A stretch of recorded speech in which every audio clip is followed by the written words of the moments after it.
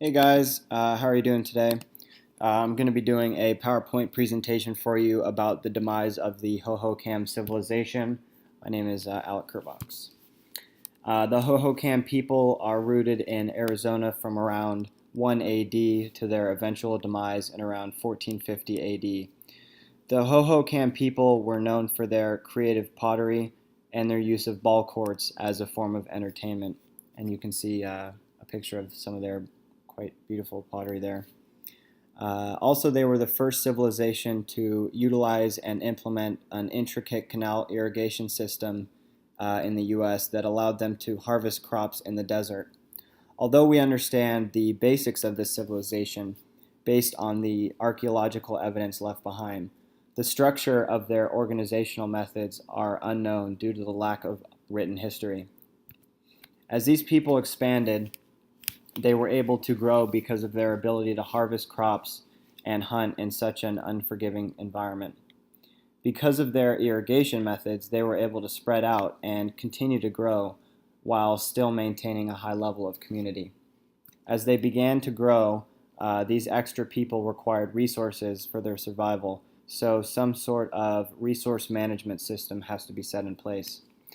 This takes time and thoughtful coordination, so it is highly likely that they placed a few people in charge of coordinating such activities. The society started out with a very horizontal organizational structure, which allows for collaboration and ingenuity. However, we can infer from the archaeological evidence that at some point they shifted towards a more stratified hierarchical system, which puts power in the hands of a few people.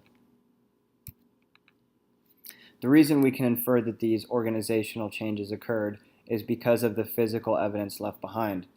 In the formative pioneer period through the pre-classic period, besides agriculture and home building, the emphasis in architecture is really placed in the ball courts. However, towards the classic period, we see a change in emphasis towards platform mounds, as you can see in the picture.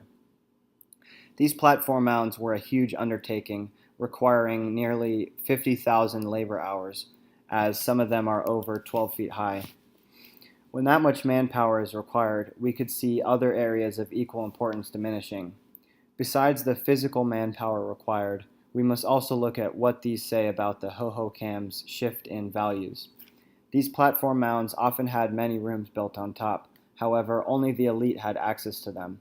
So this quite physically creates a division amongst the people that is reflected by their architecture.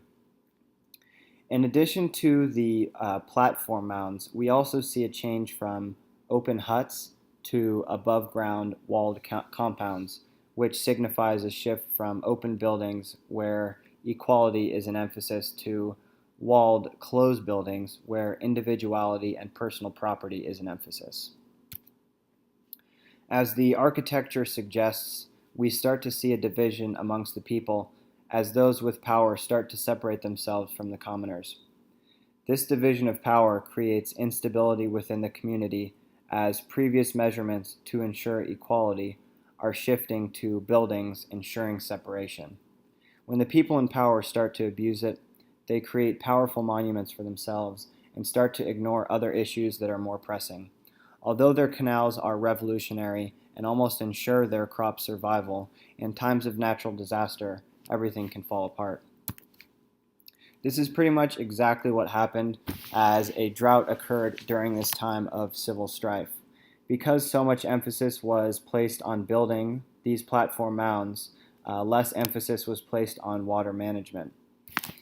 The people in charge of the supply of water gained power and started to lose sight of what was most important. As the drought occurred, the communities further downstream were affected first, as people started to slowly migrate elsewhere. This migration soon took place at the riverheads as everyone began to be affected by the lack of water.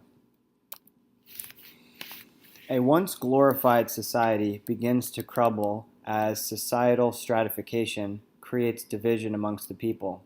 During this time of drought, it is already difficult enough to manage resources, but when a community is divided and those with power are abusing it, everything falls apart. As people are leaving to find shelter elsewhere, there is less manpower to solve these problems, and a snowball effect occurs where more and more people start leaving. So in conclusion, we see a successful civilization start to fall apart when shifts in emphasis begin to take place. In regards to resource management, the powerful people deem it important to have structures for their use, which starts a shift in other areas that is not addressed until a drought slowly destroys the fabric of this civilization. And that's the end of my presentation. Thanks for listening, guys.